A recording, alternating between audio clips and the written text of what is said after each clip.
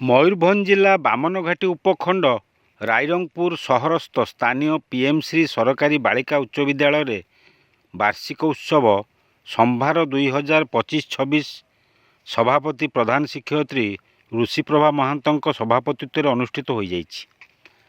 ଏଥିରେ ମୁଖ୍ୟ ଅତିଥି ଭାବେ ମୟୂରଭଞ୍ଜ ସାଂସଦ ନବଚରଣ ମାଝୀ, ସ୍ୱତନ୍ତ୍ର ଅତିଥି ଭାବେ ରାଇରଙ୍ଗପୁର ବିଧାୟକ ଜଲେନ ନାୟକ, ମୟୂରଭଞ୍ଜ ଡିଇଓ କମ୍ ଡିପିସି ପୂର୍ଣ୍ଣଚନ୍ଦ୍ର ସେଠୀ, ମୁଖ୍ୟ ବକ୍ତା ରୂପେ ପୂର୍ବତନ ଅତିରିକ୍ତ ନିର୍ଦ୍ଦେଶକ director of secondary education Surekha Tarai, ସମ୍ମାନିତ ଅତିଥି ଭାବେ ରାଇରଙ୍ଗପୁର ବ୍ଲକ ଶିକ୍ଷା ଅଧିକାରୀ ଘନଶ୍ୟାମ ମୁର୍ମୁ, ସହ ବ୍ଲକ ଶିକ୍ଷା ଅଧିକାରୀ କାର୍ତ୍ତିକ ଚନ୍ଦ୍ର କାରୁଆ, ହେମ ମାଝୀ, ଆଲୁମନି ସଭାପତି ହିରଣ୍ମୟୀ ଦାସ ଓ ବିଦ୍ୟାଳୟ ପରିଚାଳନା କମିଟି ସଭାପତି ଗୀତାଞ୍ଜଳି ମହାନ୍ତ ପ୍ରମୁଖ ଯୋଗ ଦେଇଥିଲେ। ବିଦ୍ୟାଳୟର ଛାତ୍ରୀଗଣ ଓଡ଼ିଶୀ ସଙ୍ଗୀତରେ ନୃତ୍ୟ ପ୍ରଦର୍ଶନ କରି ସ୍ୱାଗତ ଜଣାଇଥିଲେ ଅତିଥିମାନଙ୍କୁ। ସଭାପତିଙ୍କ ଅଭିଭାଷଣ ପ୍ରଦାନ ପରେ ବାର୍ଷିକ ବିବରଣୀ ପାଠ କରିଥିଲେ ପ୍ରଧାନ ଶିକ୍ଷୟତ୍ରୀ। ସ୍ୱତନ୍ତ୍ର ଅତିଥି ରାଇରଙ୍ଗପୁର ବିଧାୟକ ଛାତ୍ରୀମାନେ ଆଗାମୀ ଦିନର ଭବିଷ୍ୟତ, ସେମାନଙ୍କୁ ଭଲ ମଣିଷ ଭାବେ ଗଠନ କରିବାର ଦାୟିତ୍ୱ ଏକାନ୍ତ ଗୁରୁତ୍ୱ। ମୟୂରଭଞ୍ଜ ସାଂସଦ ସୁଛାତ୍ରୀ ହୋଇ ନିଜ ପିତାମାତା ଏବଂ ବିଦ୍ୟାଳୟର ସୁନାମ ଅର୍ଜନ କରିବା ପାଇଁ ମାର୍ଗଦର୍ଶନ ଦେଇଥିଲେ। ଏହାପରେ ବିଭିନ୍ନ ପ୍ରତିଯୋଗିତାରେ କୃତୀ ଛାତ୍ରମାନଙ୍କୁ ଅତିଥିଗଣ ପୁରସ୍କୃତ କରିଥିଲେ। 2025 ମସିହା ମାଟ୍ରିକ ପରୀକ୍ଷାରେ ସର୍ବାଧିକ ନମ୍ବର ରଖିଥିବା ଛାତ୍ରୀ ମୋନିକା ବେଶ୍ରା ଓ ଅଲରାଉଣ୍ଡ ବେଷ୍ଟ ମୌସୁମୀ ବେହେରାଙ୍କୁ ମାନପତ୍ର ଓ ଟ୍ରଫି ଦେଇ ପୁରସ୍କାର କରାଯାଇଥିଲା।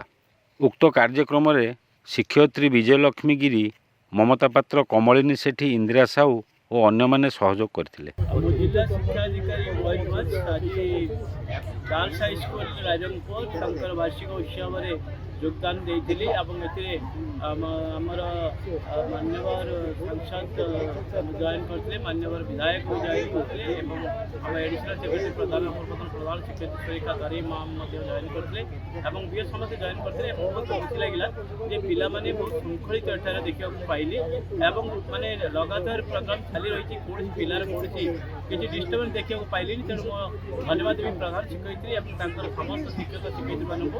ସେମାନେ ବହୁତ ଭଲ ଆରେଞ୍ଜମେଣ୍ଟ କରିଛନ୍ତି ଏବଂ ଯେଉଁ ପିଲାମାନେ ତାଙ୍କର ପ୍ରାଇଜ୍ ପାଇଛନ୍ତି ତାଙ୍କର ଯେଉଁ ହିଡେନ୍ ଟ୍ୟାଲେଣ୍ଟ ଥିଲା ସେଇଟା ତାଙ୍କର ସ୍ପୋର୍ଟସ୍ ମାଧ୍ୟମରେ ସେଇଟା ପ୍ରତିପାଦିତ କରିଛନ୍ତି ଏବଂ ବହୁତ ଭଲ ଭଲ ପିଲା, ଡିସିପ୍ଲିନରେ ବହୁତ ଭଲ ପିଲା ଏବଂ ତାଙ୍କର କେସି ଆୱାର୍ଡ଼ ମଧ୍ୟ ତାଙ୍କର ଆରେଞ୍ଜ କରିଦେଇଛନ୍ତି।